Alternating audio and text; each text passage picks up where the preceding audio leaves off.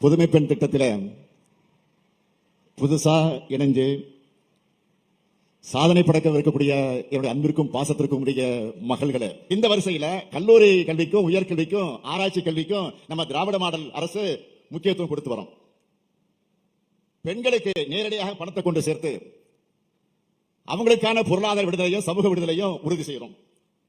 கலைஞர் மகளிர் உரிமை திட்டத்தில் மாதந்தோறும் குடும்ப தலைவிகளுக்கு 1000 ரூபாய் கொடுக்கிறோம். அது அவங்க குழந்தைகளுக்கான செலவு, சிறு சேமிப்புகள், முதலீடுகள் செய்யறாங்க. படிப்புக்காகவும் வேலைக்காகவும் வெளியூருக்கு போற பெண்கள் தினசரி பயணத்துக்கு ஒரு குறிப்பிட்ட தொகையை மாதந்தோறும் செல்ல வேண்டிய அவசியம் இருக்கும்.